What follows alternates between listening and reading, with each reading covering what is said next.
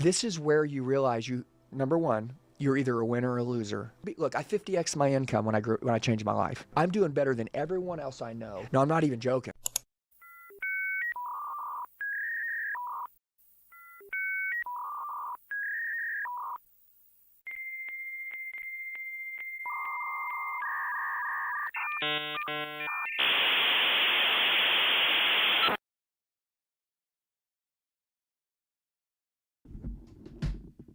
Hello.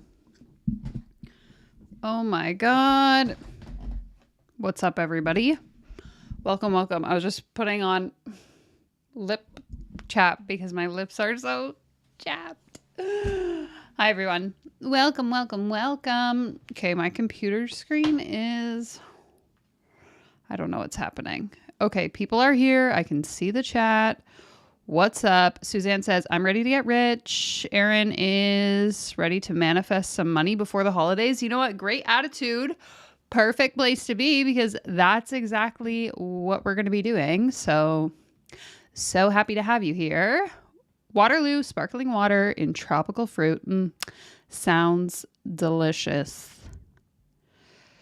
Be prepared for the massive rise in inflation after we all manifest trillions of dollars. Bam, bam, bam, bam. I don't know where my soundboard is. Here we go. Oh my God, this thing is getting so big. That's what she said. This was the sound I was looking for, though. Okay. Actually, I did want to introduce you all. Hopefully I don't get demonetized since I've only been live for 2 minutes. But I did want to introduce you all to some new sounds on the soundboard. Maybe I'll do my drink first and then we'll get into the sounds because I think I have to wait till 5 minutes in before I can start swearing. Welcome everyone. If you're just jumping on, thank you, Suzanne. I used heatless curls last night and I didn't put them in correctly, but they actually turned out pretty good. So take notes, everyone. Anyway, today we're going to be drinking my Costco order that finally came in. If you're here last week, you know what I'm talking about. This is the exclusive holiday edition Cove soda in cranberry flavor. You heard that right. Cranberry. So, I don't know. I tried their holiday ginger ale yesterday. It was pretty good. This is a probiotic soda that's sweetened with erythritol, I think. So there's no cane sugar in it. But it's pretty good. Pretty tasty. Ooh, I could really mess that up. I could chug a lot of those. Let me just say that. Suzanne says the 5-minute mark for swearing. That's what I'm doing wrong. I don't actually know that that's true. I've never heard it directly from YouTube, but I know other friends that say it. Okay, so this comment is saying, I think they changed the 5-minute mark and now it's within the first 30 seconds. I feel like that's correct because knowing myself, there's no way that I've live streamed whatever at this point, probably 300 times and not sworn within the first 5 minutes. So 30 seconds sounds about right. So let's just do it. Okay, so first of all, I will give full credit to Harrison, also known as Jim Lessons in the chat, for directing me to the correct timestamps for these two glorious new sounds that we've added to the soundboard. So brace your ears for this one. Again, nobody wants your fucking boring ass coaching. Nobody in the world wants it. I love that one. Nobody wants your boring ass coaching. Nobody in the world wants it. That might actually be a channel favorite. Next to our infamous Stacey Bayman quote, such as this one. I'm always baffled when people don't have a life coach or don't want one. I'm like, what? It's the most amazing thing ever. Okay, so there's that one. And then this one, which if you go back and watch the replay, my face when she says this is like, what the hell is going on? So let's get our balls out, shine them up, shove them right back either in our pants or in our purse, and let's go. Let's get our balls out, everyone. And let's get into it. Space Pastry's asking, wait, you swear? I don't remember any swearing. I will swear on occasion. I do try to be careful on YouTube because I know, a lot of people have sensitivity to people swearing. I swear quite a bit in my real life off the internet. So I do try to tone it down specifically just for like people's listening pleasure. But sometimes, especially on live stream, it will slip out, especially if I get really mad. Then I usually drop a little F-bomb here and there. So anyway, yes, this was the chick from last week who is basically a clone of Brooke Castillo, in my opinion. Many of us speculate that she is trying to essentially like take Brooke's empire. So she has her own coaching certification. She is a downline of Brooke. And it very much appears to me, allegedly, in my opinion, that she's trying to capitalize on that audience and essentially like poach those people into her business. And I know someone shared my live stream, I believe, on Reddit and was saying essentially the same thing. So those are the 2 new sounds that have been added to the soundboard. So that's fun. I will, I guess I'll just start before we get into today's content with a classic. Raise your hand if you want to get rich. Today, we're going to be learning how to manifest wealth. I have been not very productive today, if I'm being honest, and I wasn't really sure what we were going to talk about. And then I opened my email, and by my email, I mean my fake email, and I was given this absolute gem. So let me just switch screens here so you guys can see what I am seeing. Can you see what I see? Good. Okay. So I came into my inbox and this was what I found. And I thought, perfect, we're going to look at this. So then it kind of led me down a rabbit hole of, have we looked at this woman before? I don't really know. At this point, all of these people are just like funny little caricatures that don't feel like real people to me. So I can never remember who's who and what's what and who we've talked about and who we haven't. But this lady calls herself the Quantum Coach. So if you've been here a while, I'm sure you can deduce what I think of that. It's bullshit. And if you're not new here, or if you are new here, I think it's bullshit. So now that we're all caught up, let's go ahead and see what this email said. So as you can read in the title here, it says, what I wish I knew about becoming a highly paid coach. And I thought 2026 is approaching. I'm pretty exhausted in my business. So maybe 2026 should be the year that I go back to coaching. And if I'm going to do that, I need to learn how to make a fuck ton of money. So that's what we're going to do today. And by the way, I'm joking. I'm not going back to coaching, just in case any of you cannot sense sarcasm. This is a joke. Let the record show I am not a coach and I will not be becoming a coach in 2026. But if I was, this is the episode I would want to listen to. It says, I guess it's a fan favorite episode, so maybe it's a repost. Is this a thing? Can someone let me know? If you listen to podcasts, if you yourself are a podcaster, do you repost old podcast episodes? Because it seems kind of weird and also kind of lazy. And I personally can't imagine reposting a YouTube video being like, this is a fan favorite. This video has 1 million views. Let me just repost it. Maybe with like short form content, I've done that a couple times, but I don't know. It just seems kind of weird that you would repost a podcast episode, but maybe I don't know something. I'm not a podcaster. So if someone is privy to the strategy involved around that, let me know. Anyway, it says, these fan favorite episodes are ones that cracked hearts opened, sparked quantum breakthroughs, and reminded you of your magic that you're here to embody. Whether you're re-listening or catching them for the first time, each one is a power-packed portal back to your purpose. That sounds like a, what are they called? Alliteration? Power-packed portal back to your purpose. Pa-pa-pa-pa-pa, pa-pa-pa-pa-pa. Okay, interesting. So Space Pastry says, some folks I follow repost podcast, especially during holiday weeks. Okay. Suzanne says, I've reposted because I have 500 episodes and people often don't go back to the early stuff. Okay, that makes sense. If I find a new podcast, I'm probably only going to go back like 10 episodes and start listening. I wouldn't necessarily go back to episode 1. So I could see if you're like, it's 2025 and you're pulling content from like 2023. Then in that case, it makes sense. And I eat my words and I take back what I said.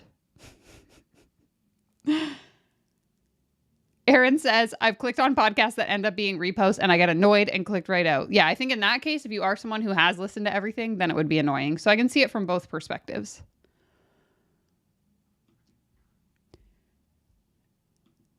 Okay, so this comment says it's called repurposing, just a fancy way to get short form content from long form. That's not what we're talking about. What we're talking about is like legitimately taking something you've already created and then posting it again. That's reposting. Repurposing would be like if I cut the clip from this live stream where I said manifestation is bullshit and posted it to my YouTube shorts. That's repurposing. But in this case, reposting is literally them just reposting another episode that they already posted in its entirety, which feels kind of lazy. But again, to Suzanne's point, I guess makes sense if you're repurposing like or reposting old content that people might not have heard yet. Okay. Anyway, all that aside, this is what the email said. It said, "Happy Monday, Jane Doe," because that's my name. How ready are you to be highly compensated for your gifts? On this week's episode, join me as I step into soulful reflection on self-worth and spiritual savvy. What is this person's obsession with alliterations? It's very difficult to read. Don't you know I'm trying to snark here? I take you on a heartfelt journey through the art of coaching and the messy middle of learning to get paid for it. From a teary-eyed $65 breakthrough to building the multi-million-dollar Quantum Coaching Academy, this story is a masterclass in dismantling money blocks and embracing your divine timeline. Whether you're battling imposter syndrome or grappling with the audacity to raise your rates, this episode is packed with transformative truths to help you align with abundance. I share insights on neutralizing money mindset drama, cultivating confidence, and mastering your craft to become the most competent coach in the room. Through personal anecdotes and hard-earned lessons, I teach that being highly compensated for your gifts isn't just about the cash. It's about clearing your subconscious, owning your skills, and creating a ripple effect of change in the world. Ready to take the next step? Tune in to uncover the secrets to embracing your worth, mastering your craft, and being paid well for your work in the world. Then there's like a checklist of all the stuff we're going to learn. I will save you that, and we're just going to listen to the episode. So there is a pull quote here. It says, "I had so many limiting thoughts around imposter syndrome, and I wish I knew that they were actually the key to getting paid." No credit who is saying that. I don't know if this lady is saying it. I don't know if someone who listened to the podcast episode said it. Kind of weird, but what do I know? Again, I'm just a little yippity yapper on the internet. Please don't take this too seriously. Space Petrie says, "Hello to Bubba from my cat." Bubba says, "Snore, snore, snore. I'm a tired guy. I just went for a walk and it's raining and I'm wet and I'm tired." Okay? Honestly, same, Bubba. That's how I feel. Okay. That's it. That's all I got to say. Let's just go ahead and give it a listen. It is at 1.3, so if it's too fast, let me know and we'll slow it down.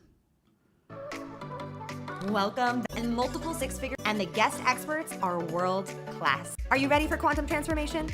This together and having such amazing teachers share their journey and pass along this wisdom. Lauren has been such a... How is this volume? It feels like maybe it's kind of quiet, but I can't tell.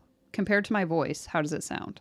Big part of my journey, such a soul sister and guide and teacher and mentor and coach to me that I wouldn't be where I am if it wasn't for her friendship and her love in my life. So I'm just shout out to you, Lauren. I adore you more than you'll ever know. And my What I Wish I Knew episode is about getting highly compensated for my gifts in the world, specifically as a coach.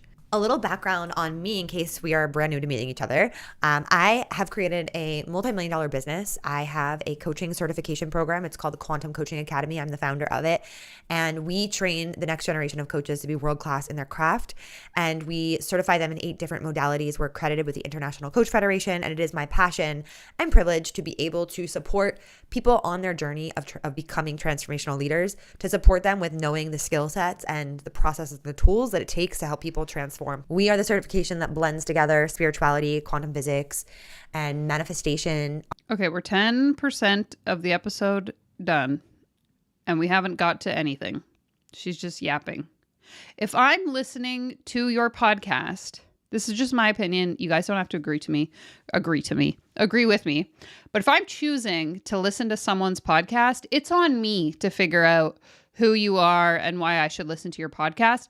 I don't think you need to spend the first 10% of every episode introducing yourself and explaining who you are. You could do a quick, hey, I'm Danielle Ryan and I make stupid little videos on the internet. Boom. That's it. That takes 5 seconds? That's all I need. I don't need for you to explain to me this empire you've built and the coaching academy you own and blah, blah, blah, blah, blah, blah, blah. Just get to the point. If I want to figure out who you are, I'm going to look it up after. Or I've probably already figured out who you are, and that's why I'm listening to your podcast. It just feels like I'm a very impatient person, if you can't tell.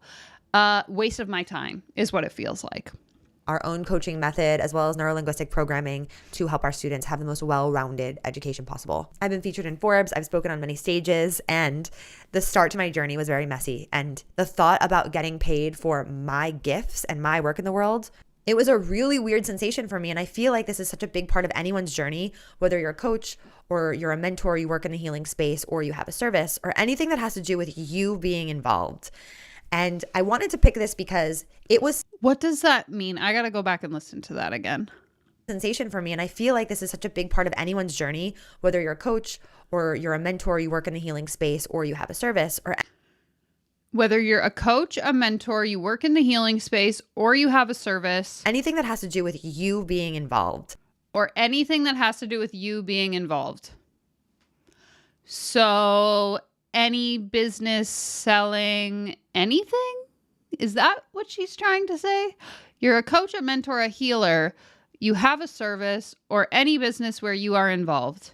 Can someone give me an example of a business where you're not involved? What would be the opposite to that? I'm very confused. Or is this for anyone and everyone? Because let's be honest, I wouldn't be surprised. And I wanted to pick this because it was such a pivotal moment for me the day that I ever first got paid for coaching, because I started my journey coaching for free.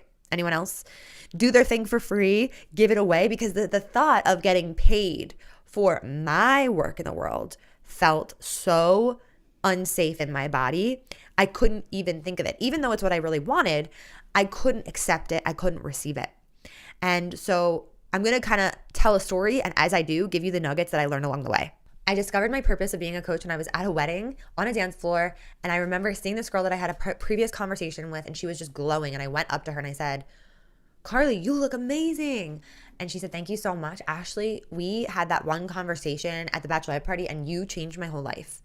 And I was shook. I turned to my husband and I was like, holy crap, I don't even know if this is a thing, but I think I'm meant to be a life coach. At the time, I was working in real estate and at my yoga studio teaching yoga. You had one conversation with one single person, and that was proof you needed to become a life coach. Okay, I'll humor you. Continue. And I ended up, like, very long story short, quitting real estate where I was quite miserable and working full time at the front desk of my yoga studio, making $10 an hour. And I didn't do anything with that thought of like, I think I'm meant to be a life coach for a while, until I started to talk to people that would come into the studio and they'd be late for class and we would talk and talk and talk. And they would be like, "Oh my gosh, I feel so much better after talking with you." And I'd be in the grocery store and more people would talk to me. And it seemed like everybody was finding me. And a lot of people can relate to that. And I remember... Okay. I have so many thoughts on this, and I've shared them many times on this channel. First of all, we need to explore the yoga teacher to life coach pipeline, speaking as a former yoga teacher who was also a life coach. That's not what I wanted to talk about, though. I wanted to talk about this story where she's saying, I worked at the yoga studio and people were always, asking me questions about their life. And I'm at the grocery store and people are asking me questions about their life. And everywhere I go, everyone's just looking to me for advice. I think, and this is completely anecdotal just based on my own experience. I don't have any statistics to back this up, but maybe some of you in the comments can relate. I also told myself this story. In that when I became a life coach when I was 26, it was because people would come to me for advice. And in my head, I think I convinced myself that like lots of people were coming to me for advice, when in reality, it was like maybe a handful of people mostly my friends, which is what you do when you have friends anyway, is go to your friends and ask them for advice. It's not necessarily because I had some special gift that I was meant to, impart my wisdom on everyone and teach them all how to live their lives correctly. It's just that I was a good friend and people would ask me for my opinion and I would tell them what I was thinking, And so I just I'm always very skeptical because of my own experience and how I hyperinflated the demand for my coaching services to myself, that whenever I hear someone saying, oh yeah, everyone used to always come to me for advice, and that's when I knew I needed to become a life coach, I remain highly, highly skeptical of whether or not that's true. Exactly. To Kamikaze's point here, one conversation and a hunch, basically a sure thing. That's the vibe I'm getting. Also true, Suzanne. Suzanne says, there's a big difference between someone asking for your opinion and being willing to pay for it. That is so, so true. Welcome, Monica. Welcome, welcome. Are we manifesting magic? We are going to be manifesting money, hopefully. I'm really, really banking on creating enough money in my bank account to pay for Christmas this year. So you are hopefully in the right spot. Okay, let's continue. Starting to get the confidence to be like, I'm a coach. But I had so much imposter syndrome come up, right? I had all the thoughts that we've all had before of who am I to help others? Who am I to coach others? I wasn't experienced enough. I wasn't qualified. I don't know enough yet. What if I can't really help them? I'm probably not as good as other people or other coaches, or people will see right through me. They're going to think that I'm an imposter, or, I'm just so many thoughts. Why would anyone hire me? Just so many limiting thoughts all around imposter syndrome. And what I wish I knew about all of those thoughts at the time was I wish I knew that they were the key to actually getting paid. They were the key, because if I actually sat more deeply with those thoughts and worked through them instead of pushing them down, I would have gotten paid a lot sooner. Now, #no regrets, right? I had no regrets. And I do think that those 2 years that I held myself back with those imposter syndrome thoughts on repeat, literally 2 years of working at my yoga studio, not making moves, keeping myself small. Okay, I'm confused. Is it her yoga studio or she works at a yoga studio? I know it's semantics, whatever, but it's kind of misleading to me. Again, not really knowing who this person is. This is my first impression of her. And she's saying at my yoga studio. To me, it's like you owned the yoga studio. But then earlier she said she was only making $10 an hour. So was she just working at a yoga studio, or is it her studio? I'm just trying to figure out, the credentials here, the background. I'm not trying to be an ass. I'm just curious. Thank you so much. Amy donated $5 and said, Bubba just manifested this donation to go towards his Gucci collars. And to that, I will say this. You want to get rich and you want to have a rich life? You listen to me. Listen to me if you want to get rich. That's what you need to know. Funny enough that you're talking about the Gucci collars. Bubba did not manifest a Gucci collar, but Bubba did manifest his first brand deal. So if you didn't know, my dogs have a YouTube channel, youtube.com/@the Crunch Club. And they just got their first, not a brand deal, but a UGC gig. So we got to go into the forest and film some content for a GPS collar. So him and Bluetooth are going to be internet dog famous. So thank you so much for that donation. And the next time you guys come into some random source of money, just remember this. You can buy status by just spending money to be around these people and then just being a cool person. You can buy status, and you do that by being rich. So you better start taking notes. Hiding, because ultimately I was afraid of rejection. I was afraid of embarrassment. I was afraid of what other people thought of me. I didn't want their judgments. I didn't want their perception of me to be different. So I wanted to be safe and stay in the status quo. And one day I was coaching someone for free, and she shoved $65 into my hand. And I was like, I can't take this. And she's like, Ashley, you've been working with me. You're really helping me change my life. And I need you to accept this money. And it was the hardest thing in the world. She left and I was crying. I was looking at the money and I was literally crying, just feeling unworthy on one hand, but on the other hand, feeling like this was a huge confirmation moment in time that just affirmed that I was on the right track, I was doing the right things, and it was really soaking in that I just had gotten paid for my work in the world. That has never happened before. Where if someone was signing up to buy a yoga package at the front desk of the yoga studio, I could ring them up, no problem. Okay, you want to buy yoga for a year? It's $1,000, whatever it was. I have no idea. Okay, no problem. In real estate, when I worked in real estate, you want to buy a $500,000 house? Okay, no problem. I had nothing around it. And what I wish I knew was to reflect on the moments that I received money in the past, even though it wasn't from my gifts, and analyze what was the quality, what was the energy that I had around that. I had completely neutral energy when people bought homes. Of course, I was excited. I was excited to help them. I was excited to make a commission. That was how I made a living. And I was excited when they bought yoga because I knew it was like an investment in their health. But I had complete neutrality around it. So Okay, I'm guessing she didn't own the yoga studio. Because if she's like, I'm excited because people are prioritizing their health, to me, if you own the studio, you'd be like, I'm excited because I can pay my mortgage this month. wish I knew was how to be more neutral and feel safe when it came to receiving, because immediately when she handed me that money, my body went into fight or flight. I couldn't accept it. I wanted to run away. I wanted to fight it. I wanted to give it back. I couldn't be neutral around it because it felt so foreign. And what I want you to know is that whenever you're doing something brand new or receiving for your work in any way in the beginning stages, it might feel foreign. And as you grow, you're going to have new edges to meet in that same space where, you know, we just had the biggest year we've ever had. And it took me a minute to calibrate my system to receiving that, to making that normal and neutralized so that I feel safe right here, right now with the level at which I'm at. So we only make money if we feel safe enough to make money. That's an interesting theory. Thank you so much. Amy donated another $5 and she says, Bluetooth's manifesting money for her butler to lift her into bed so she doesn't have to do the manual labor of climbing those stairs like a poor dog. You know, funny thing. So I bought these new, you can't see them right now, but I bought a new set of stairs specifically for my office. Bluetooth has stairs to get onto the couch and they're just like made of foam.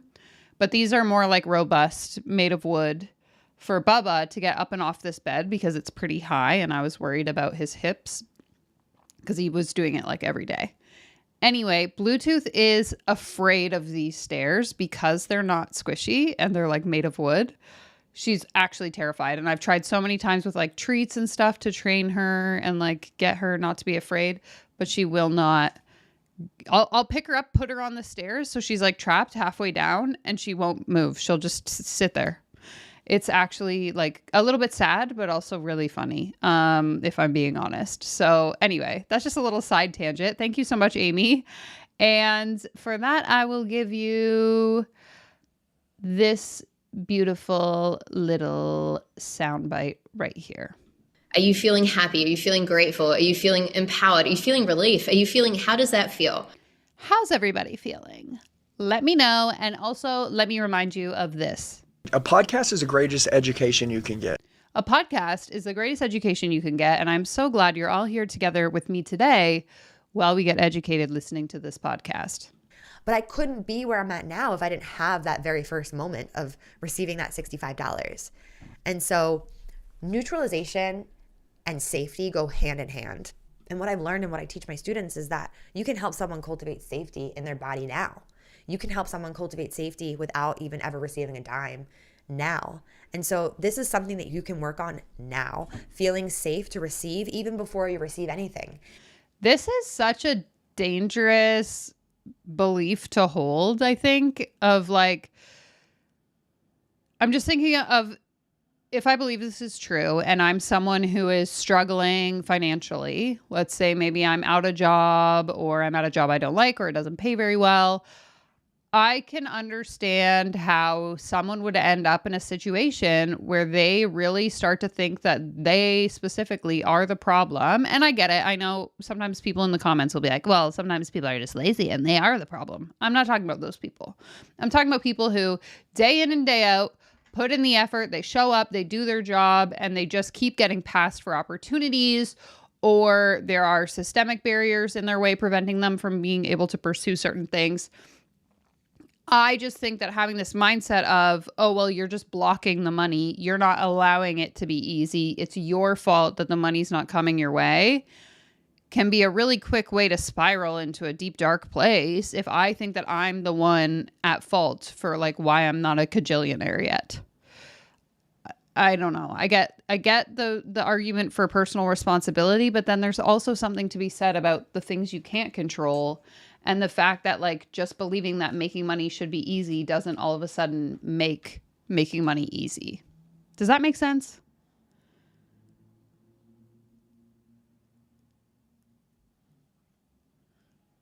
Harrison says, Andy Elliott manifested me into the chat because I'm tired of being a winner. And to that, I will say this once I find it. I have so many sound bites now, I can't even control it. I was exhausted being a loser. Now I'm exhausted being a winner. Also this.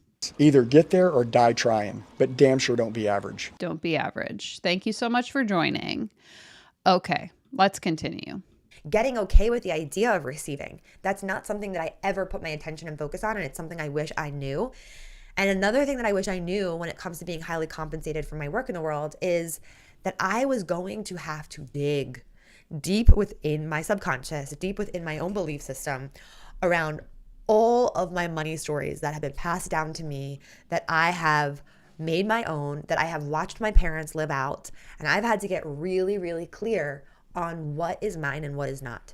Because most of the time, the things that we believe about money, the things that we believe about work, the things that we believe about getting paid, they're actually not ours.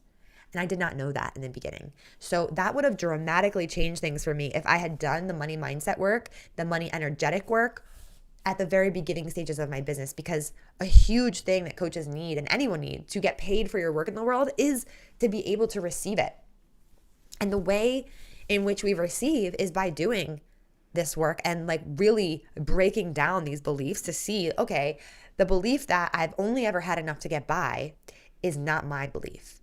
It's actually rooted in my mom's lineage, in her family. And I'm going to break the chain of that. And what I learned about that belief in particular for myself was that feeling of only having enough to get by, that is rooted in not feeling safe to hold money, to hold the frequency of security and safety and overflow. Because when people just have enough to get by, what that means is that they don't feel safe with having any more than that amount. So it feels safe to just get by, but anything more than that would feel unsafe. So let me sabotage it, let me gamble it, let me get rid of it. Again, this is placing all the blame on the individual. So if you're poor, you're only poor because you don't feel safe being rich. Like, I don't know, to me, and I know I've talked about this so many times. If you've been here a while, you're probably like, Danielle, shut the fuck up. But I understand there is sort of a benefit to, you know, being around people. I've shared this story before of like being around people that have salaries higher than you to understand like how much jobs pay. When I got my very first job working in the government, I was making like 40 grand a year. And at that time, this was like almost 10 years ago now, that was like a decent salary. This was before the economy went freaking nuts. But I could afford my rent. I could afford to save towards my down payment on my house. I could afford groceries, my car payment, all of that on $40,000. And I thought, you know what? That's great. Then I started talking with friends of mine who were living in Toronto, much larger city than where I was from. And they had jobs that were making $75,000, $80,000, $100,000 a year. And I was like, holy shit, there are jobs that pay that much money? Because I didn't really know. Most of the people in my family, in my friend group, we were all making, you know, around $40,000 to $60,000 a year. And that was fine. I also lived in a pretty low cost of living area.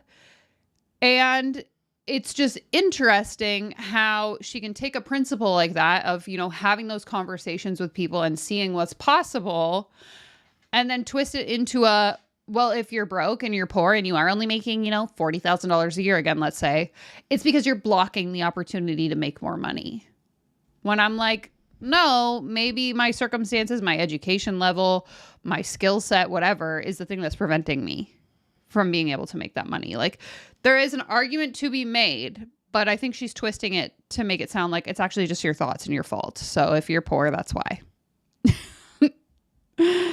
I don't know. There's just something about this whole attitude of oversimplifying is, yeah, there it is. Poor people don't feel safe. Problem solved. If it was that easy, more people would be wealthy. If we could all just like think our way into, I deserve $1 million, I can guarantee you that it would, like, poor people wouldn't exist. Why would I choose to be poor if I could just choose to be rich? It's not that simple.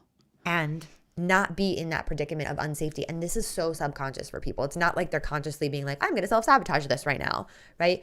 But for me, I wish I knew that, because in the beginning stages of my business, I didn't want to be like that. I didn't want to feel like I only had enough to get by. And so when I finally started getting paid, I would hoard.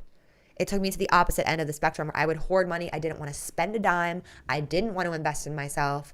I remember one of my first big purchases after getting paid was buying myself an Apple Watch. And it was $600 at the time. And I was freaking out. My nervous system was freaking out, like, oh my God, like, I'm losing this money. I'm losing this. I felt like I was losing something. And it took me a little while for my system to regulate to the fact that it's okay that I still have money left, that I'm not just being irresponsible and making a wrong decision. Because I feel like that irresponsibleness was something that I also had to let go of all along the journey of thinking that I'm doing something wrong. Even when it came to investing in programs, and maybe some of you have had these thoughts before where I genuinely had the feeling of, am I doing something wrong right now? Even though I knew that coaching was my path, anything I invested in it, I would get back. But I had that fear of, what if I'm doing something wrong? And I believe that fear was rooted in just seeing how my parents spent money and feeling like they could have been spending their money on other things. I remember growing up and my mom was like, wow, getting really real with me on how she used to gamble. And she's like, we could have gone on so many vacations, but I like messed up. And it sounds to me like this woman needs therapy. If you are traumatized by your parents in childhood because they gambled away your vacation money, that might be something to think about or talk about with a licensed therapist, and maybe not trick yourself into thinking it's okay to spend a lot of money because it'll come back to me, because that's not always really how the world works. But okay, continue. And that was a really hard pill to swallow, hearing that as a young teenager, because I wanted to take vacations. I wanted to travel. I wanted to see the world. And to hear my mom say, like, we could have done all of those things, but instead she gambled,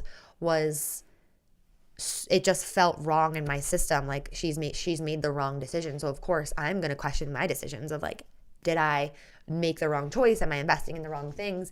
Even though they're the right things, our subconscious minds want to protect us, and it needs to be rewired to work for us instead of against us, right? Because it's just energy. Energy can't be created or destroyed, but it can be reprogrammed. So it really didn't feel normal to me to ask for help or get support or invest in a big way in the beginning, because of all of these belief systems that I had. And so what I wish I knew, to just sum up to this point, is I wish I knew how to cultivate that safety within my system to receive. And I wish I had those tools and practices for that. And I also wish I knew earlier on how to do the money and energetics work, because that work is a non-negotiable when you're building your business. But it's also super fucking dangerous if you take it from someone like this, in my opinion, allegedly. I just feel like these people basically are telling stories like this. She, again, is just an example of the same rhetoric we've heard 8,000 times on this channel at this point of, I used to have a bad relationship with money, and I learned how to heal my relationship by trusting that the universe had my back. And if I put money out, it would come back to me tenfold. And so I invested thousands and thousands and thousands of dollars into a coach. And now I'm a cajillionaire. So moral of the story is, you should buy my coaching certification, and you too will also become a cajillionaire, because that's how it works. You pay me money, I get rich, and then you also will get rich because the universe can see that you're making responsible decisions. No. This system, in my opinion, is designed for the few at the top to be financially successful, while everyone else continues to spend money and money and money, many going into debt, Some, as we've seen on this channel, cashing in their 401k, taking out loans, borrowing money from family, using their inheritance in order to never see a return on those investments. They're just spending money so that someone else who's higher up in the pyramid can make money off them. And even the ones that are making money, I've seen this time and time again too. We got, Jane Doe at the top. She recruits Sarah. Sarah's paying her 20 grand. Sarah's got Becky paying her 20 grand, but she's got to give that 20 grand to Jane. So it's like Sarah's actually making $0 profit. She's just staying afloat. And then Becky's 20 grand in debt. You also have the person in the middle. So you got the people who are heavily in debt. You've got the people who are making money, but they're also spending money as fast as they're making it. And then you have the people at the top that are making a lot of money. That's my opinion. That's what I've seen, witnessed with my own 2 eyeballs. Let me know your thoughts. So true, Rosie. So true. Rosie says, Bubba's having none of this. Bubba is so over it. He decided to pass out. Also very true. Harrison says, don't be a cajillionaire when you could just pay $20 to be a billionaire. Sign up by Tuesday and join our monthly cult meeting. Again, nobody wants your fucking boring ass coaching. Nobody in the world wants it. Nobody wants your boring ass coaching. What they want is to join the Danielle Ryan pyramid scheme. It's not a pyramid scheme. It's not even a scheme per se. Where we talk shit on Google Meets once a month. Very, very true. Okay. I'll let this lady continue yapping. And when I finally started doing that work, everything started changing. Everything started shifting.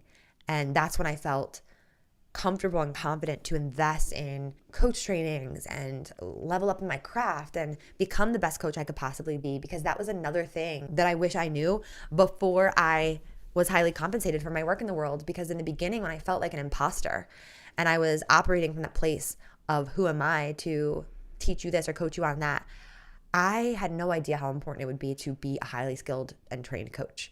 And it wasn't until I became one that I realized, holy shit, the way that I'm going to make a lot of money and help a lot of people is by training other people on how to do my job. Why do my job when I could just open my own certification to help other people do my job?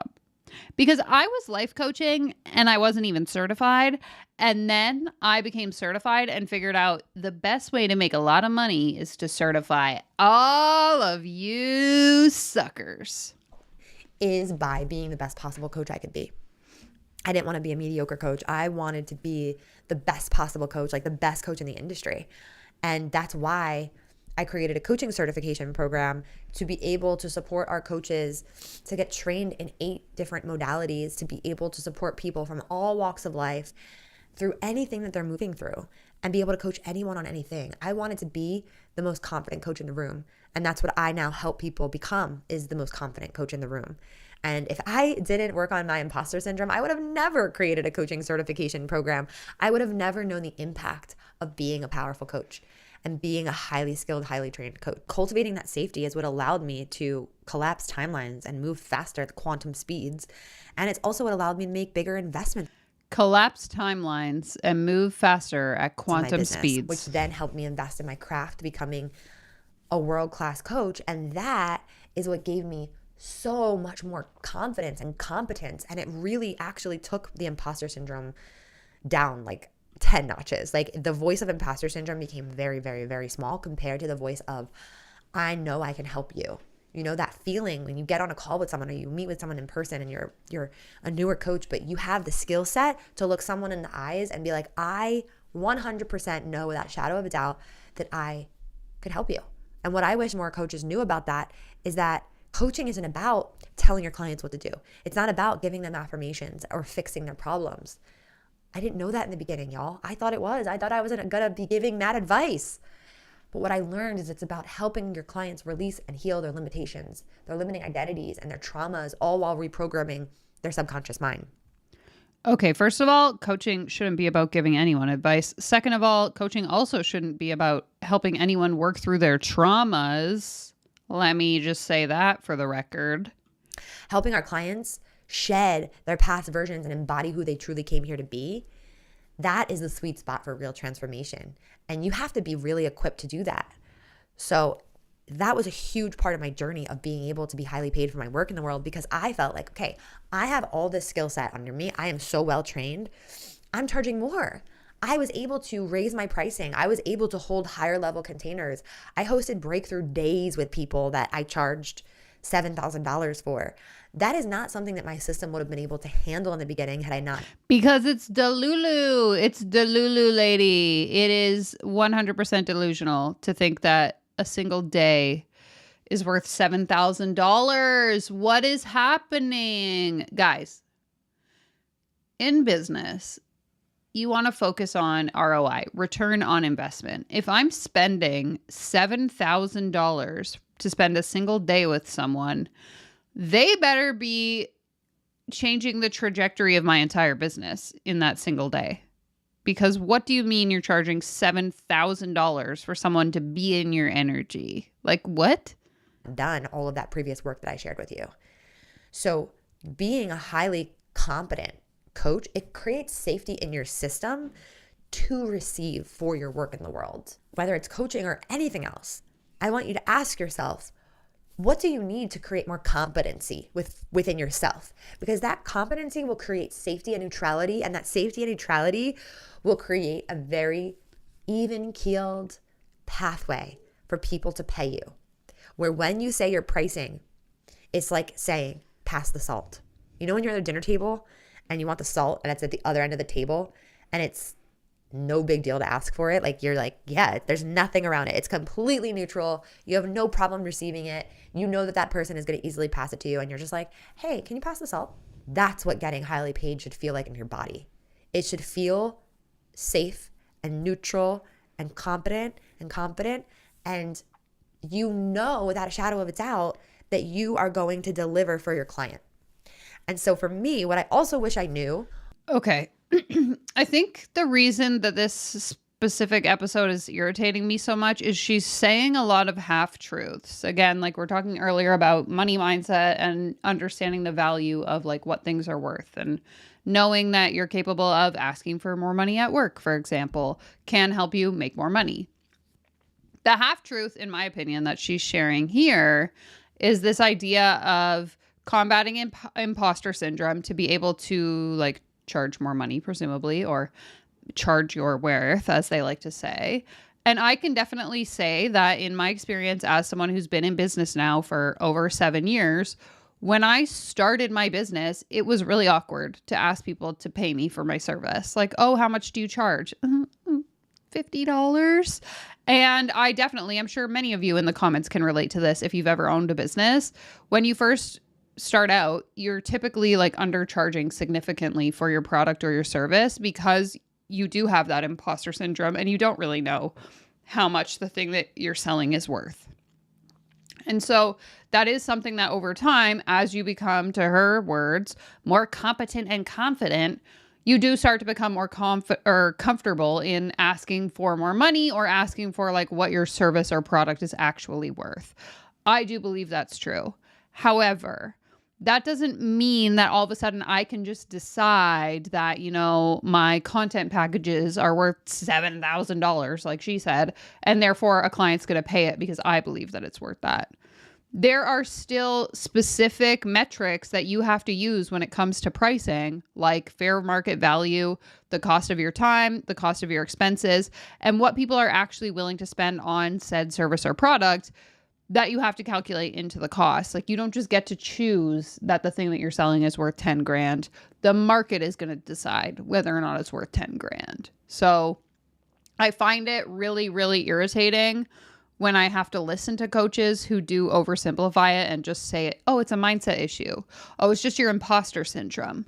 Like, no, sometimes you're selling stuff at a price that does not match the value of the thing that you're selling. Or you're selling something people don't want, which is something we've seen time and time again.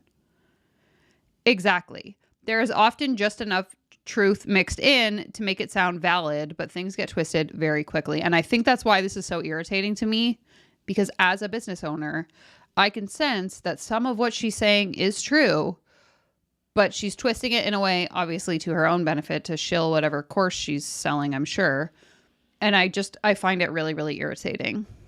Was that I didn't have to try so hard to make sure that people were getting what they paid for with my coaching. That was a huge block for me, was feeling like I wasn't delivering on the value that they were investing in with me. And that wasn't a good feeling. But that feeling, if you relate to that in any way, was 100% coming from my lack of believing that I could take them from where they were to where they wanted to be. And that's a huge gap that we have. It's our duty to fill as a coach, not for them, but for ourselves, to know that we know how to take someone through a transformation. That shouldn't even be a question as a coach. This is so funny. Sorry, just as an aside, Suzanne says, whatever you do, don't ask ChatGPT what you should charge. One of my clients was all excited because ChatGPT gave her numbers. And I was like, WTF. The thing with ChatGPT when it comes to pricing specifically is you could be like, okay, I'm going to charge $200 for this thing. What do you think? And it'll be like, I think that's a great idea. If you want, you could charge blah, blah, blah. And then you'll say, okay, what if I charge $2,000 for the exact same thing? I think that's a great idea. Like, I feel like it just agrees with whatever you ask it. As long as you like lead it to say, is $50 too much for this? Oh yes, $50 is too much. Or is $500 too much for this? Oh yes, $500 is too much. It'll just say whatever it thinks you want to hear. Definitely not a good way to price anything in your business. I will agree with that.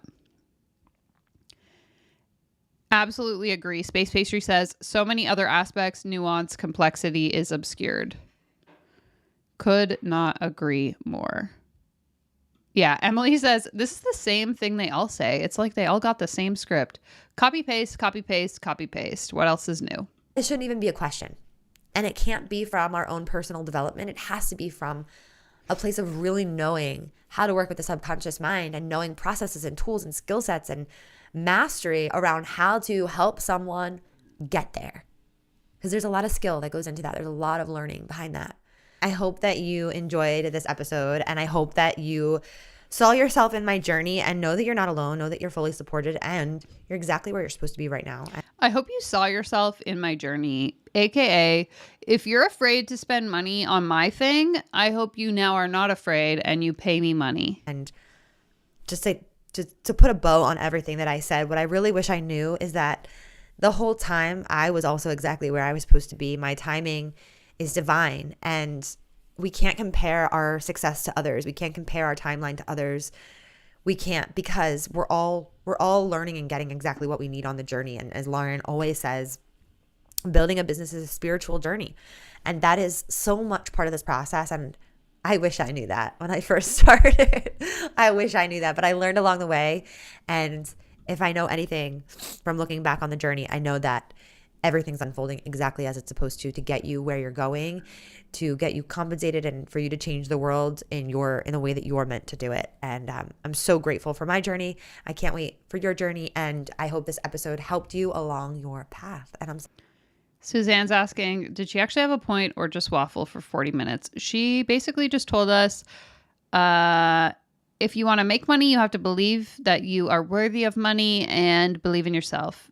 Don't let the imposter syndrome win. So good thing that took 25 minutes for her to tell us, because I'm not sure I would have learned that lesson anywhere else.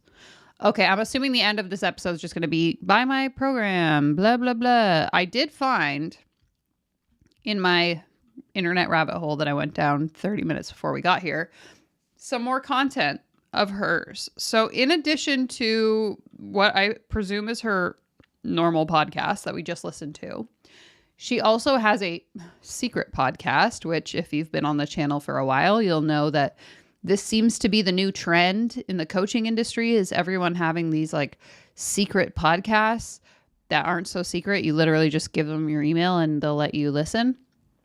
And so, yeah, it's called The Best Coach, Become the Best Coach. Sorry, I know Bubba is cutting it off, but it does say Become the Best Coach is the name of the podcast. And basically it is a private podcast series that is going to teach you how to become the best coach, I guess. I don't really know. But I thought maybe we would listen to an episode from that just to see how it's different, if that sounds good. Maybe I'll go through her website first so we can get a little bit more context about who this lady is. if it wasn't clear in her 3-minute long introduction. She is a coach that coaches other coaches. She has her own coaching certification. And this is directly from the homepage of her website. It says, we help coaches start, grow, and scale their coaching businesses, master their craft, and become the most confident coach in the room. So to me, again, not really knowing this woman, other than the 20 minutes we just spent listening to her podcast, very much gives the vibes of, I'm wealthy because I cracked the code in coaching other coaches on how to coach, and I don't actually have a lot of direct life coaching experience, is what I'm gathering. But if anyone is familiar with this person and knows more than I do, please let me know. So, getting paid to do what you love is possible. Declaring that you know you're meant to be a coach is one of the scariest and most freeing experiences ever. It's exhilarating and terrifying. Coaching is calling you. Feel in your soul. The calling to coaching is undeniable, and it comes with a lot of self-doubt that needs to be worked through in order to serve the world. So then you can become a certified coach, and this literally looks like a certificate that I could make for you on Canva. And it appears they have multiple certifications. So they have a success and life coaching certification, a hypnotherapy certification, an emotional freedom tapping practitioner, time practitioner, NLP practitioner, tons of different certifications. And so here's the thing with any of these sort of online certifications, life coach school included, anyone can show up on any given day and decide that they want to open a certification program. There is no barrier to entry. I know here it says it's ICF accredited. I'm not sure what that means explicitly. I don't know if that means that it's an ICF program or she just has some sort of verification there. But even all of that aside, anyone can start a certification program. I remember when I was a coach, I had a friend who was a coach as well. In fact, she's still a coach. And she did an NLP, neuro-linguistic programming certification from a coach that was based out of Toronto for $6,000. And that certification was literally just made by a random girl who's the same age as us that just like decided when she was 25 she was going to open a certification, and then she did. Like, there's no regulation, there's no credentials required, there's no sort of governing body that's telling you what you need to make sure your practitioners are learning. Anyone can make one of these certifications. And so I just really reiterate that specifically for people who are maybe new here, to know that you shouldn't be wasting thousands of dollars, in my opinion, buying a certification off literally a random person on the internet just because they seem legit. I can't speak to this specific certification. I don't know what the contents of the course and whatever are in there, but like, just be careful, guys. Seriously. And yeah, that's the exact vibe I'm getting. She helps all coaches. Everyone is welcome. 100%. Okay, so you might be reading this and feeling the same bubbling desire to help people and, dare I say, wanting to become a coach. If you're ready to become a coach and generate massive ripples of awakening in the world, I'm happy to help you on every step of your journey. I will say that I am glad to not see any like income claims on her website. Like, she's not saying become a coach and make millions of dollars. She's really leaning heavy into the become a coach and serve people, become a coach and create massive ripples of awakening. It's very, very different from a lot of what we see. So I will give her credit there, but I still don't think you should be buying your certification from random people on the internet. Big Coach Energy Starter Pack. Become the Dream Coach Masterclass. Okay, this font is horrible. Become the Best Coach Podcast. Big Coach Energy Toolkit. Okay, so the Become the Best Coach is the podcast that we're going to listen to. So hopefully that gives you a little bit more context in terms of like, she is a life coach, then she opened a life coach certification program. So now we're going to listen to how to become a life coach. Thank you so much. Harrison says he sent a $2 super chat and said, proof that anyone can start a certification. So true. So true. And if you send me $2 right now, you too can become a Danielle Ryan certified life coach. Have you really got that you are God? You are God only if you are certified by the Danielle Ryan Life Coach School. Thank you so much. Let's jump in. Okay, you guys, viewer's choice. We can pick which episode we want to listen to. And maybe I can save one of these for Coachmas, which, by the way, if you missed it, I did post in the community tab last week that I am trying to source content for the 12 days of Coachmas, which is fast approaching. And this year we are doing 12 days of reactions. I think I have like 6 days. I'm trying to pull it up on my phone. I think I have 6 days planned so far, which is great. But if anyone has content specifically that they want me to react to, go to the community tab on my channel and the form is linked there. You can send your links to that form. Okay, I don't know what I did. Unless it's in this. I have so many spreadsheets, guys. This is a problem. Okay. Yeah, so far we have 1, 2, 3, 4, 5, 6, 7 days of content planned. I'm still trying to find 5 more days. The only ask that I give you when you're sending content is to make sure that it's less than 15 minutes.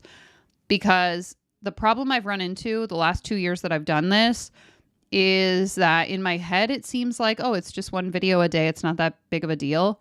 But when I'm trying to edit down 2 hours of footage into a 40-minute video, it ends up taking me like 12 hours. So if I can just do 12, 10 to 15 minute long reaction videos, that's much more manageable. It's also a very busy time in my actual business outside of YouTube. So I'm trying to make it as easy as possible, and I still need 5 days worth of content. So if you want to help me, send me Instagram Reels, TikToks, podcast episodes, that sort of thing.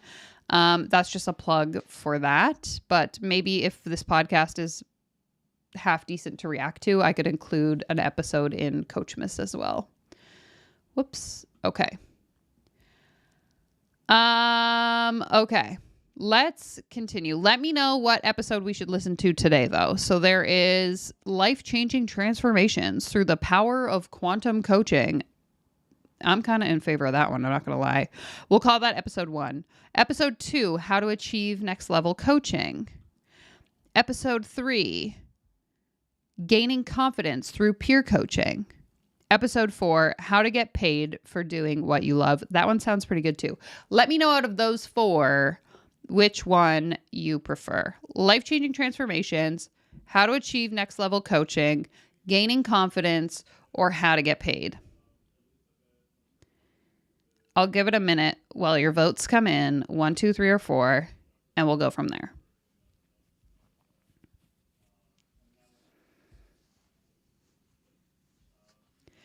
There should be a word salad certification for these people. That is so funny. I love it. Okay, I'm seeing votes for number 4. How to get paid. Okay, let's do it. I guess the theme of today is how to get rich, so this makes sense. Okay, so in this episode, wait, is it going to be with somebody else? This episode includes someone essential to the Quantum Coaching Academy, Jenna Teague. She has been one of the lead instructors, a coach for 6 years, and a psychotherapist for 16 years. Together, we have developed the fantastic proprietary tools inside the QCA program. If you were to call us a dynamic duo, I would definitely agree. Okay, say less. Let's go ahead and get into it. Sending you all so much love and grace along. Wrong button. Hello, angels, and welcome back to another episode of the Money Mindset Mansion podcast. I am so excited for today. So today we have a little orange juice concentrate, a little snacky episode. Wait a minute. This is not the right thing. Hold on. I'm like, this lady's voice is from something else we listened to a while ago. What is happening? For you guys. Why is that playing? How do I get it to work? Sorry, I'm like, I don't know why this is not working. Okay. Maybe this button?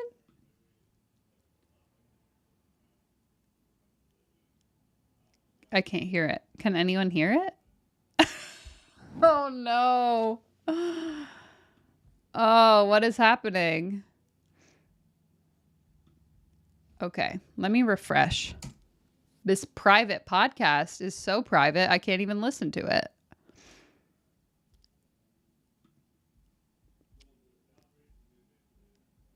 How to get paid for doing what you love.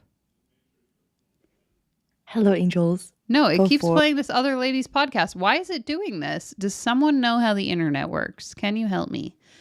If we have to, we could probably open Apple Podcasts, maybe.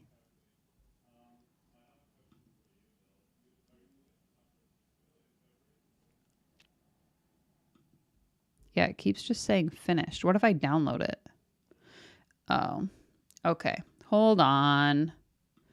Let's try Apple. We just will have to listen to it at like regular speed, I think. I gotta sign in. Oh my God. Okay, please hold while I don't dox myself on the internet and give you all my passwords to all of my stuff. Zad zad zad zad zada. Ba ba ba ba ba. Continue with my password. Subliminal. Yeah, I think it is, honestly, at this point. Okay. Two-factor authentication. All my devices are going crazy. Okay, let's see. Trust this browser. Okay, we might be in. How to become. How do I pick number 4? All right, we're in. Okay, let me switch it back. Let me know how it sounds.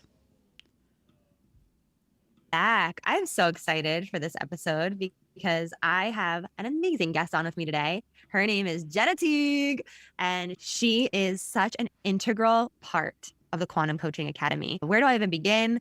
We've been working together for over 3 years, and she's been a coach for over 6 years.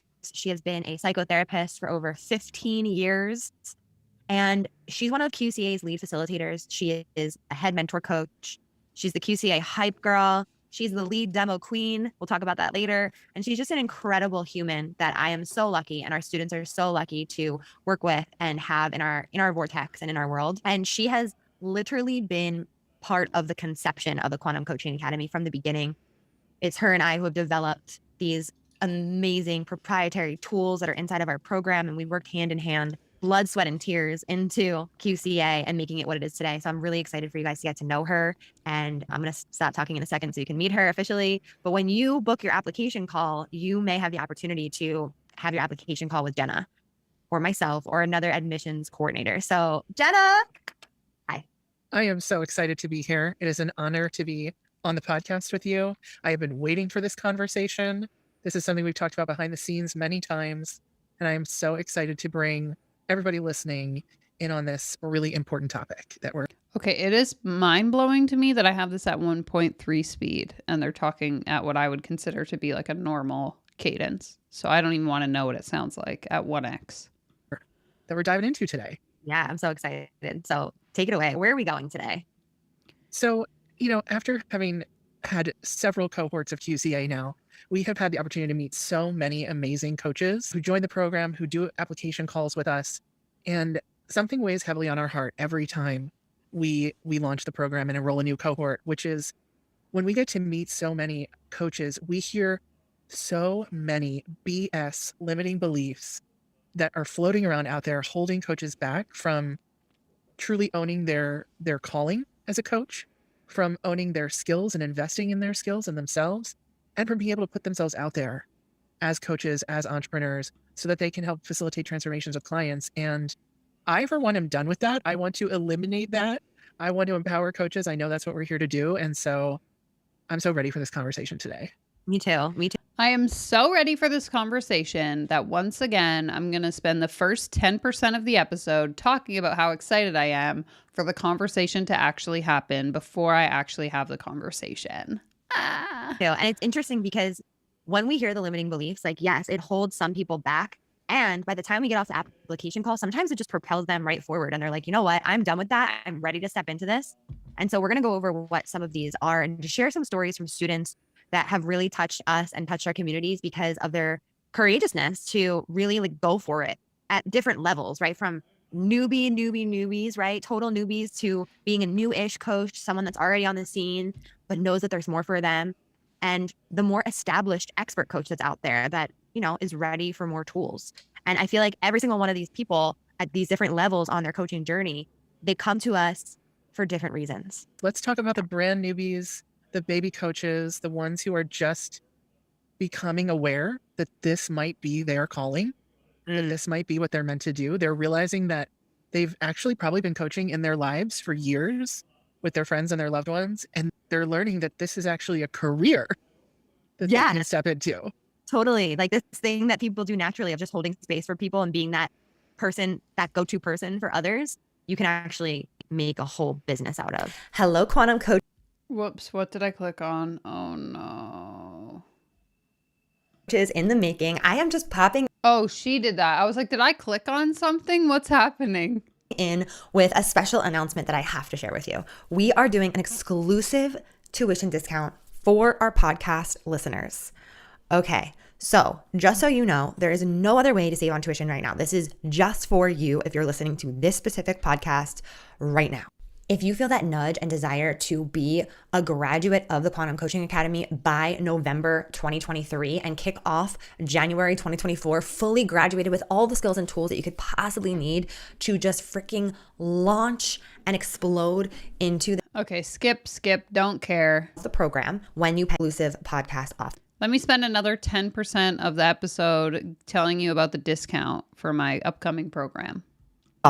And we have to support you. Oh my God, level out the sound. If you're going to put an ad in your podcast, before you export the file, compress the sound so it's all one volume, please. I'm begging. I had a client in the past. She was in one of my group programs just as someone who wanted to do some personal development. And I do find that total newbie coaches are very into personal development. And so she's read all the books. She's taken my Show Up Like a Boss program where we worked through some limiting beliefs. And one day we were launching QCA and I get this DM from Cynthia. And this sweet soul is video messaging me and she's hysterically crying. And she's like, Ashley, I literally have been waiting for the sign to say, this is what I'm meant to do. Like, I know that I am meant to be a coach and I am so scared. Like she's just bawling her eyes out to me. I'm screenshotting this. Like, this is the best feeling in the world for somebody to come to me and just like pour their heart out of like, this is what I want to do, but it terrifies me. And I am so happy because I feel it in my heart and soul and know that this is my path and I don't know what to do. And I think QCA is the path for me, but I'm not sure. And I'm literally terrified. And I mean, I was crying, first of all, just like watching her work through the fear that she was experiencing, but also like Can you imagine being on a sales call and you start crying because you're telling your life story, but then the salesperson who's supposed to be closing you on the sales call also starts crying? Like if I was going to pay someone money and they started crying on the call, I would be like, this is weird. You cannot have my money. Like, what is happening? The fear was there. The purpose was coming through so strong. Like she knew that this is her purpose. This is the thing that was calling her forward. And so, of course, when you are following the thing that scares you, like it was very brave of her to send me that message and to declare this to me and basically say, this is the direction I want to go in and like move through the fear at the same time. It takes a lot to do that. And I just give her so much credit for, being willing to come out. Like it's like a coming out of when you know you're meant to do something and you're afraid to say it or to do it or to express it. And it's just building up inside of you. That's what it felt like. I feel like that was your journey when you were in real estate. Oh my gosh. Yeah. As you were saying that, I was like remembering like how you would sit in your car outside the real estate office and be like, this is not what I'm meant to do. I know there's something more. Like, where is it? And then you had that like life-changing conversation with someone where they later came back and told you had changed their lives. And you were like, that was your Cynthia moment. You could have sent yourself a DM like, oh my God, I think I'm meant to be a coach. I love how you just said that. That is the Cynthia moment. Definitely. Because even when I had that like feeling there's something more, and I'm sure if you're listening, you can relate to that. that feeling of being meant for more and knowing that you're made for this. That's the same shit I rant about every week. Why do they all say it? Much to someone's point earlier, they all sound like they're reading from the same script. It's so true because I went on this exact rant last week about how all these people, and I say this from my own experience when I became a coach, all of these people are telling you that you're made for more, your purpose is bigger than yourself, and you're here to, you know, change the world. You have a gift that other people don't have, and I'm putting this all in air quotes because it's all fucking bullshit. They want you to think that like you are some special flower and so unique and so, you know, enlightened compared to everyone else, and that no one else has the same message on their heart as you. And it's like, why? Why are we all made for more? We can't possibly all be made for more because then like who are we going to be coaching? So frustrating. And I remember even when I knew it, even when I declared it to myself, I was still terrified to even say it out loud to like people that I knew. Like, what were they gonna judge me for being a life coach? Is that even a thing? Like, do people, you know, everyone has a different reaction when you say that you're gonna become a life coach. You know? Yeah. I mean, for some people, it's very much outside their wheelhouse. Right. And they don't even know. Like, a what? A what coach? Like a track coach? You mean that kind of coaching? Like, I don't understand. Soccer? Yeah. Wow. I was in an elevator recently and someone was like, what do you do? Because I was doing a breakthrough day. I had a client with me. And I was like, well, I'm working right now. I'm coaching. Oh, are you a sports coach? Do we look like we're sports coaching right now? No. Am I in athleisure wear? Do I look like I just came from the gym? Like, what's happening? It was funny. So, yeah. So what are the limiting beliefs? So it's the fear, right? For newbie coaches, it's often the fear. It's like, and the uncertainty. Like, what will this look like? I have no idea. I know that I'm meant to do this, but it is a 180 from where my life is right now. And what is that even going to look like? Totally. And for me, what came up was, who am I to do this? Mm-hmm. Who am I for anyone to listen to my advice? Because I thought it was about advice giving. Who am I? Who am I for people to listen to what I have to say on social media? Why am I that important that someone would want to listen to me? That was a big one. Long time. Yeah. Yeah. I mean, on some level, I know this is something we're going to be talking about in just a bit, but there's a through line of like the ego coming in. And for newbies, it's often like the ego not believing that we're enough. I think many of these coaches could actually use less ego. I think too many of them, and this is just my opinion, are a little bit too self-important and think that they need to share more than they should, and also think that people care about them more than they actually do.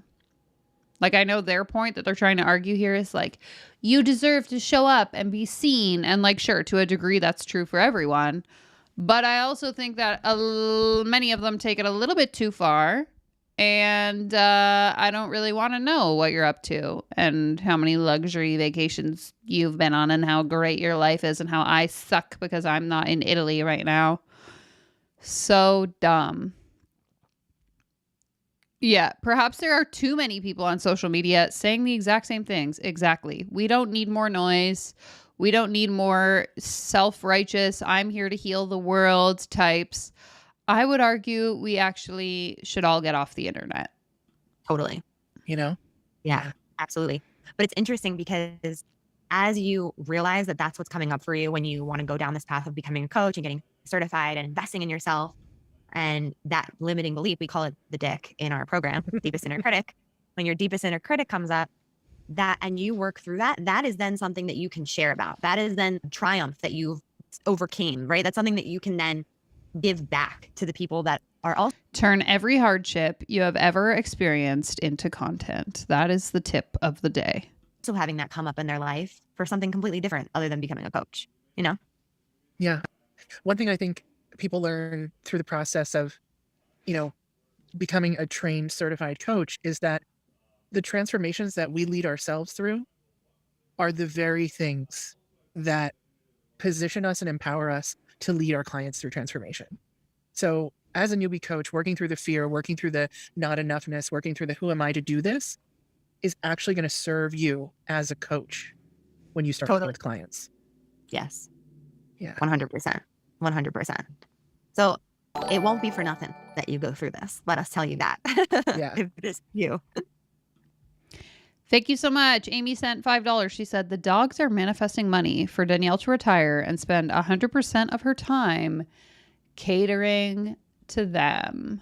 Ain't that the truth? Now you are one of us. One of us. One of us. That's my dogs. To me, when I'm so rich, I can just lay around sleeping all day like they do. And then I will be just living the absolute dream, remembering this one thing. Either get there or die trying, but damn sure don't be average. Not being average, because average is for losers. Thank you so much, Amy. Appreciate that. Not only do you get the personal transformation for yourself, but it's going to benefit your business. Like, it's a win-win-win. All the way around. It's the best journey you'll ever go on. It really is. Yes. It has been for us. I know that. So maybe you're not like a brand new coach like Cynthia. Maybe you are newish. Maybe you've just started and you're like building up your social media, or you have a Facebook group, or you're starting to put yourself out there, and you have that feeling come up that's like, okay, what's going to happen when I actually get a client and I have not a clue how to actually take someone through transformation? You think you do. You think you're ready. But the thought of actually having that client in front of you and you are meeting them face to face and you're like, what do I do? What do I do? I feel like that's had a newish coach. Yes. Or you've had a couple clients and you're in sessions and you realize like, okay, I've run out of what I know. Like, what am I going to do next? I'm kind of at the end of my road of coaching abilities right here. Totally. And then panic sets in. Yeah. Because you had it planned and then you don't have anything else planned. And that's the thing about coaching, like myth is that there's nothing to plan for your coaching sessions. Maybe you don't know that, but when clients or students say to me, okay, I'm going to start taking on clients, but I have to plan it out. Wait. Can someone... I mean, I wasn't a life coach for a very long time, and I only worked with a handful of clients, but I absolutely would have like somewhat of a plan in terms of like them filling out a survey to let me know what we were going to chat about. We would create kind of like a roadmap together. Can someone who is or was a coach in the chat, please let me know, are you planning for your client calls? Like even now in my current business, I always have to have like a little bit of a plan when I'm going to meet with a client or something. Otherwise, we're just wasting our time. This is like kind of scary to me that they're like, you don't need to have a plan. You can just do your coaching. And if you have to have a plan, it's because you don't believe in yourself. It's like, no, people are paying you for a service. Therefore, you should actually prepare to render the service correctly. Oh my goodness. Amy gifted 1 Danielle Ryan channel membership. Thank you so much. Rona, welcome to the channel membership. Oh my God. I got to figure out a better way to organize these sounds because I'm always just like stuck here scrolling through a list of things. It sounds like a get-rich-quick scheme. Yes, thank you. You will get rich quick. We all will. We're all getting rich inside the channel membership. And Amy, this one's for you. So when I was laying on that couch and I wanted to move up this pyramid, that was one of the big breakthroughs. You just had your big breakthrough and you have now successfully moved one more rung up the Danielle Ryan pyramid. So congratulations. Emily says, yes. Jewel says, you have to have a plan. Suzanne says, I have an onboarding and goal setting call. How can we get to where we want to go if I don't know where that is? Exactly. And if you have like multiple calls with that person, you should be referencing like notes from your last call. That's what I would do. So that when we get on this call, I can ask you, you know, that thing we talked about last time, how is that going? This just seems really scary to me. If you're like, you don't gotta have a plan. Just show up and do your best. Great job, sweetie. You're doing great. They're channeling quantum energy in the sessions. No plan needed. Honestly, you might not be too far off. My biggest breakthrough with QCA is just really recognizing my ability to testimonials hold space and long time, and I'll step into that and do that my own boss. And out when they're present in that moment and they realize what is needed. And that is exactly what I would have said in my brain, literally, because we share a brain. But seriously, that is where the newish coach who's like already kind of out there can really tap into feeling more confident, because when you have said tools, as Jenna was just saying, that you can whip out at any moment and know exactly how to utilize and maneuver and make magic with in your sessions, you are going to feel a level of confidence and competence that you have never felt before to be able to take someone through a transformation. And we find that that's what we like to call the big coach energy sweet spot. Because when you're in that big coach energy sweet spot of knowing exactly what to do in the moment and using your intuition to guide you, because you have the method under your feet and the frameworks in your bones, you are going to create transformation that is going to magnetize referral after referral after referral straight to your business, because people are having insane results and they all want to work with you. And you're not even having to market yourself that much, because people are just talking about their experience with you and it's magnetizing others to you. That is so true. We've seen that time and time again with coaches in the program and graduates of the program. I think of somebody like Ja, who is an amazing coach. And before she even joined QCA, she was a skilled coach. Yet she didn't feel it. Mm-hmm. She didn't feel it in her bones. She didn't own what she already knew. And she was in that spot that I think a lot of newish coaches get into of like, do I actually know enough? Do I need another certification or a certification? These ladies are so boring. I'm sorry, I can't. We will finish, but I'm just like, I can't get over the fact that we're listening to this at 1.3 and it's still so slow, and they haven't taught me anything about how to get paid for doing what I love. All they're talking about is their coaches and how amazing their students are and how their students can coach without a plan. And quit making titles for things if you're not going to deliver on what the title promised me. You're wasting my time. Join a certification program, there's usually 2 tracks of like why you're joining it. One of them is because you feel like you'd never have enough under your belt. Like you never have enough, like you said, letters next to your name, and you just need to constantly be learning and not taking action. And, or what's the other side of that? You genuinely realize that you've come to the end of your coaching skills. And you actually do need more skills, more training, more tools in order to work effectively and successfully with clients. So, okay, I would argue, and I would love to hear other people's thoughts in the comments, whether you're watching live or watching the replay, especially if you are a like online service provider, you have a business where you, or it doesn't have to necessarily be online, but you provide a service as like your main business.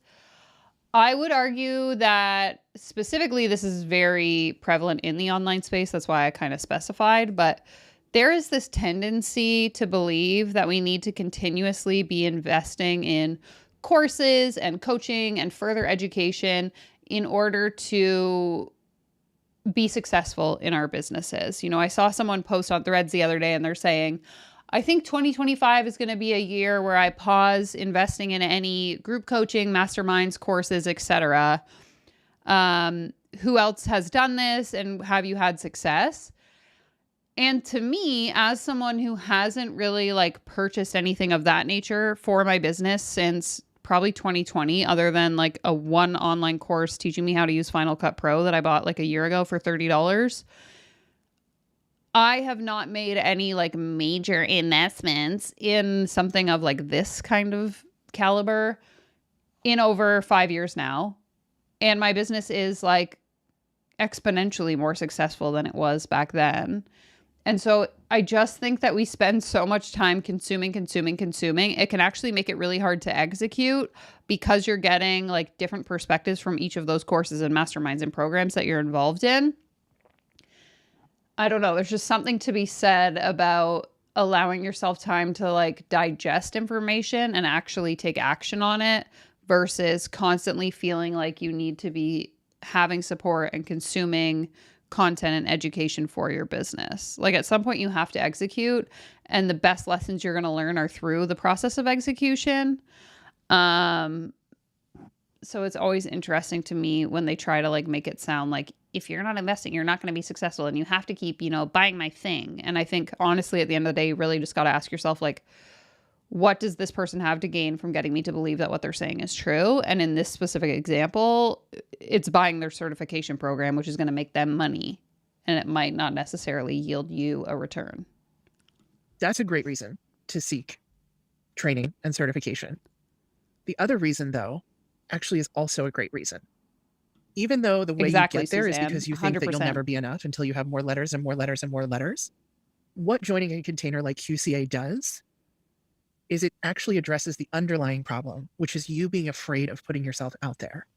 And the way that it does that is by giving you more skills and helping you develop your confidence, and also putting you in a group of highly motivated, highly passionate entrepreneurs and entrepreneurs to be who. Okay, and to this point here of like, okay, well, why do I have to pay to be in a group of highly successful people? My reply to the person who asked that on Threads was like, just find peers who are doing the same thing you're doing, create a reliable support system, and I promise you, you will have what you need to implement the things you already know. Who want to take action themselves. So not only are you going to get the certifications and the skills that you think you need, that you're seeking, but you're also going to get what you really need, which is accountability and a container to move you forward to take action on putting yourself out there as a coach. So true. Our community is so strong, and it's a community of such badass people that you literally, like, the motivation and the energy in the group, it entrains everybody to this place of like, we're doing this, we're going for it, we're putting it out there. They did it, she did it, he did it, I can do it. And it really motivates everyone together. It's really cool. Yeah, it's amazing. I think that the community is almost as powerful as the training. Like, it's magic. So the next level of coach that comes into our container is more of an expert, established coach, right? Someone that's been in business for a long time. And the way that this person usually comes in is I'll get a message that's like, hey, I have been looking at Quantum Coaching Academy for the last 2 years, and I've really wanted to join this program, but I feel like my ego has literally been the thing that's like, don't join. You're already an established coach. You don't need more training. You already have clients. They already have amazing transformations. You don't need this. Like, you're already good. And what will people think of you if you join a program because you're already so established in your business? Exactly.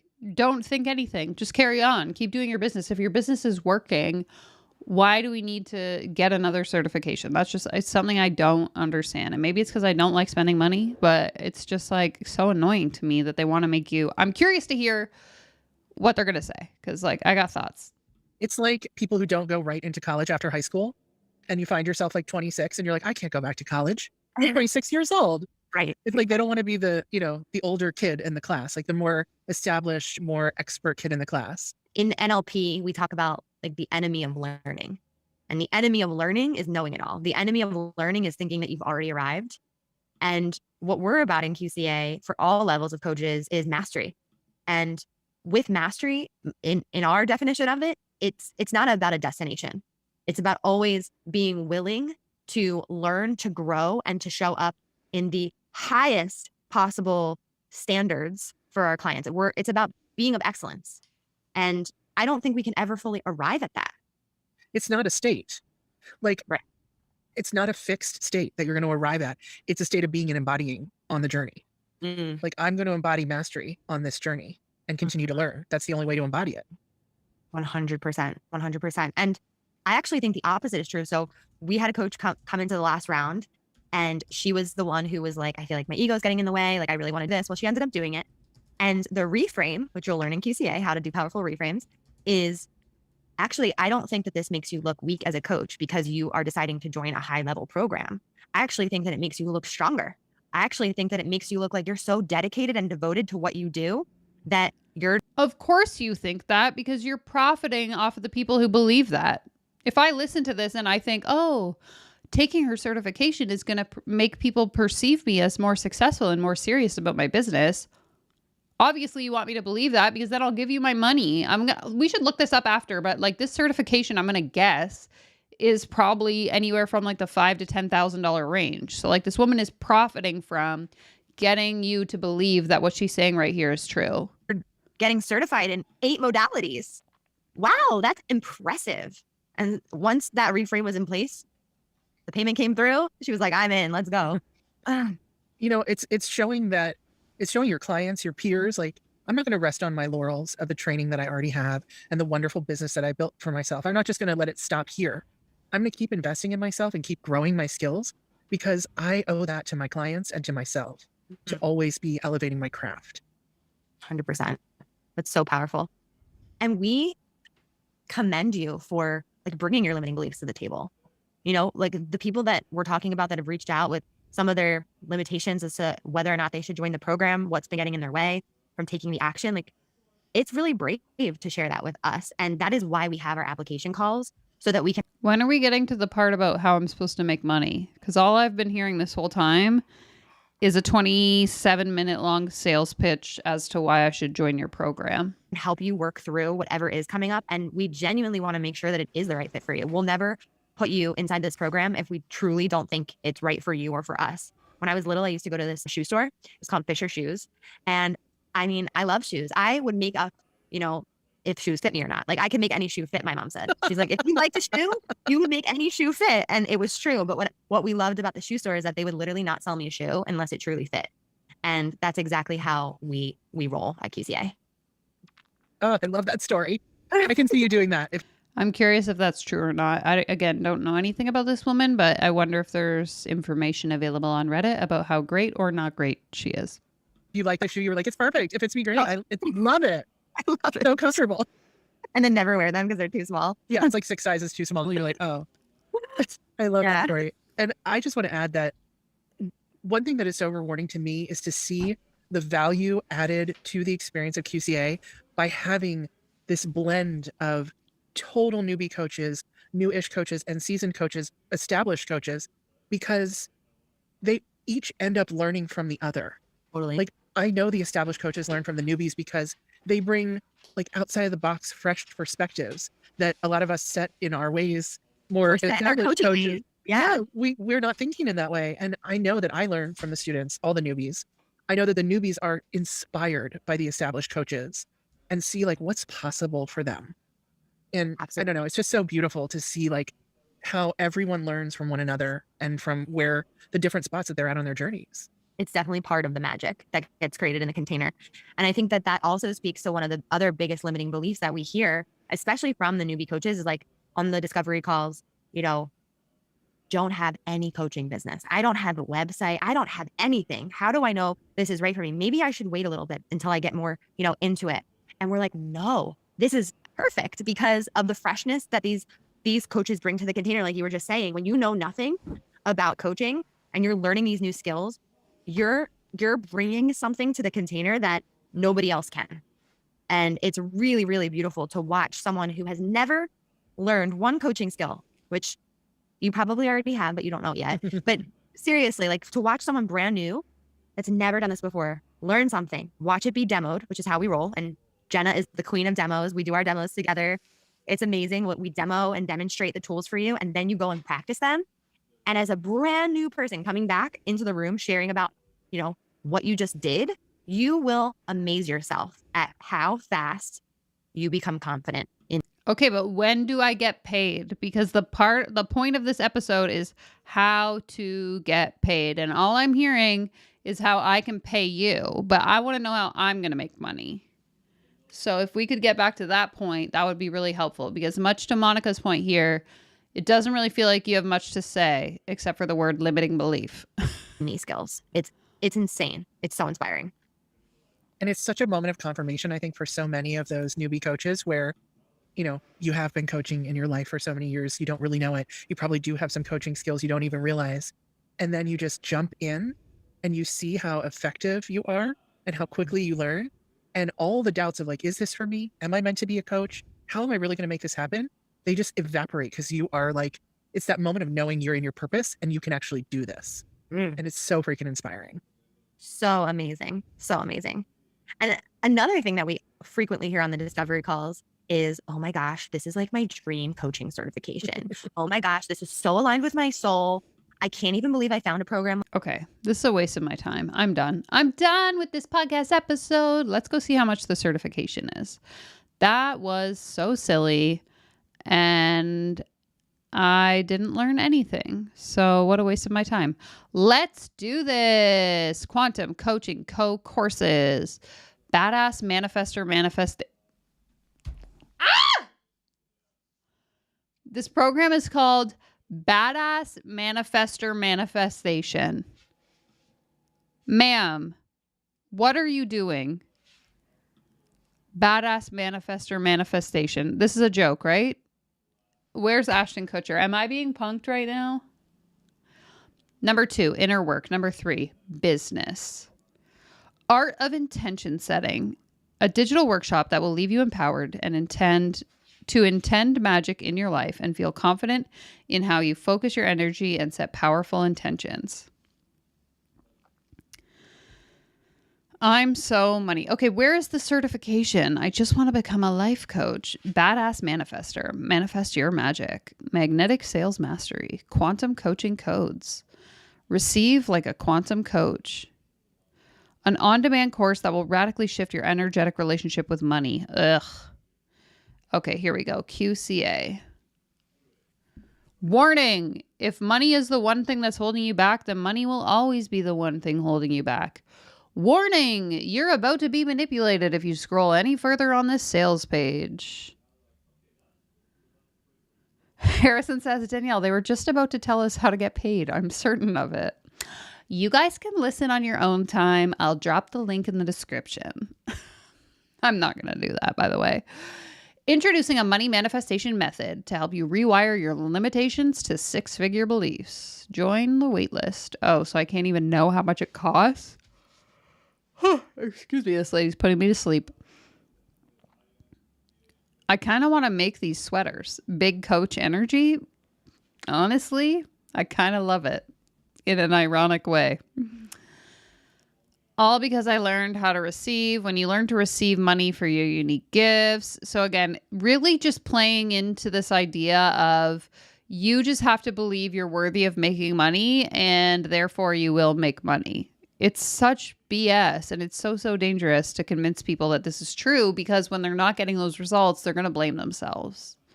I cannot tell you the number of times I get comments on that manifestation video I made like 2 or 3 years ago of people being like, believing in this stuff ruined my mental health. I was in a horrible place and I'm broke because I spent so much money trying to like gaslight myself into getting rich. I believe the page I'm on right now is the certification because I think that's the Quantum Coaching Academy. But maybe it is something else. Okay, so maybe this is just going to teach you how to believe in yourself. Oh, okay. So this is like a group coaching program. So you get calls with the lady. You get 4 jam-packed self-paced modules. Okay, so this is something different. This website, terrible. How do I become a certified coach? I just want to become a life coach. Why is this so hard?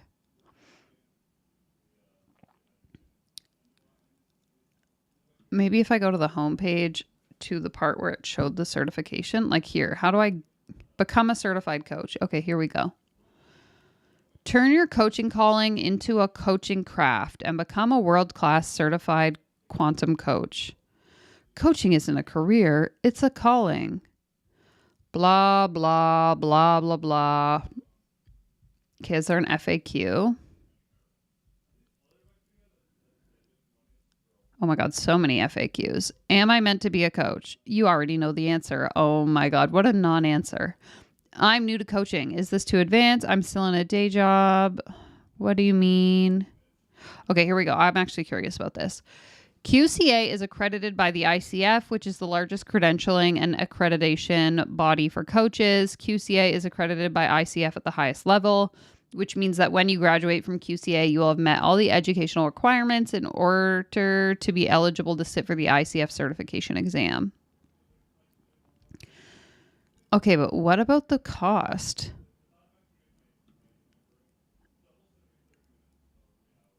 Oh, okay. So this question, is asking, are there scholarships or grants available? And it says there's financial resources here. Who wants to guess that this is going to be one of those predatory loan companies? Let's find out.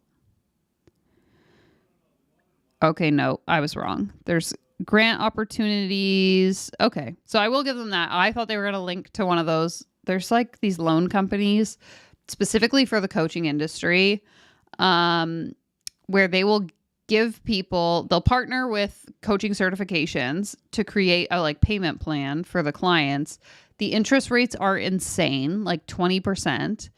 And then I believe the coach gets like a commission with some of them. So it's like very, very predatory. But this woman isn't offering that. So don't get it twisted. I just was curious if she was. Policy on withdrawals and refunds. There are no refunds after you enroll. Okay, but how much does it cost?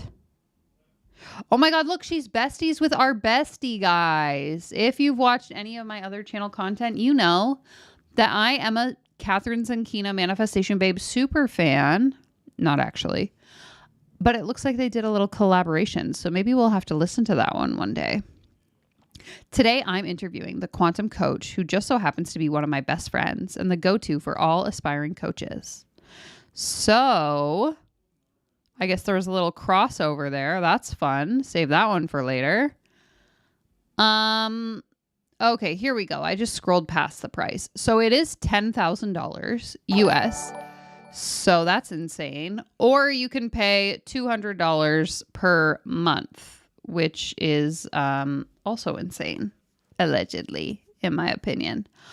Oh my goodness. Amy just gifted another channel membership. So welcome, Psych PAC, to the channel membership.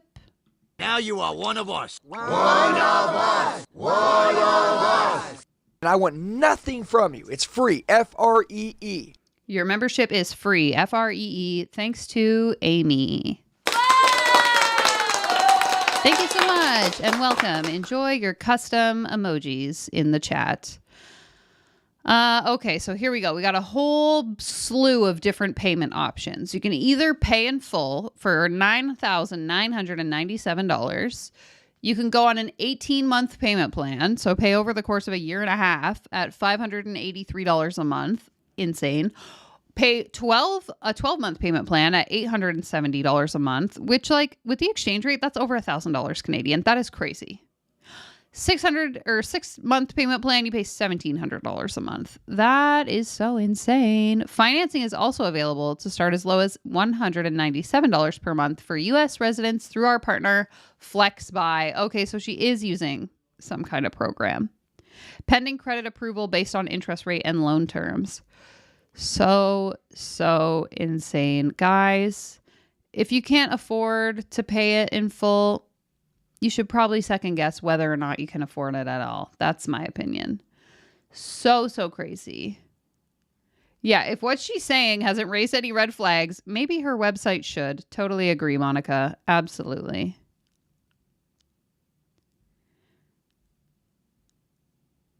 Highway robbery. That's how I'm feeling. This is crazy. I mean, it's half the price of life coach school, so I guess it's not that expensive. Sarcasm. Okay, like, what am I getting? A bunch of bonuses, la-da-da-da-da. But I remember her saying something about, like, 8 different credentials. Like, guys, this is so stupid. Just go on Canva and make your own certificate. Certified life coach, certified NLP practitioner, certified insert thing here. It's like, who is this lady? What qualifies her to charge you $10,000 to get certified by her? Anyway, I'm irritated now. So I digress. I think that's it. I think that's it for today. Bubba is so sleepy. It's time for dinners. Thank you so much for joining me again. If you have content for Coachmas, the link is in the community tab. I will be back again next week, and I don't have anything else to say to you. So thank you so much. When in doubt, create your own BS certification. Totally agree. Take care. Comb your hair. And I'll see you guys in my next video. Bye.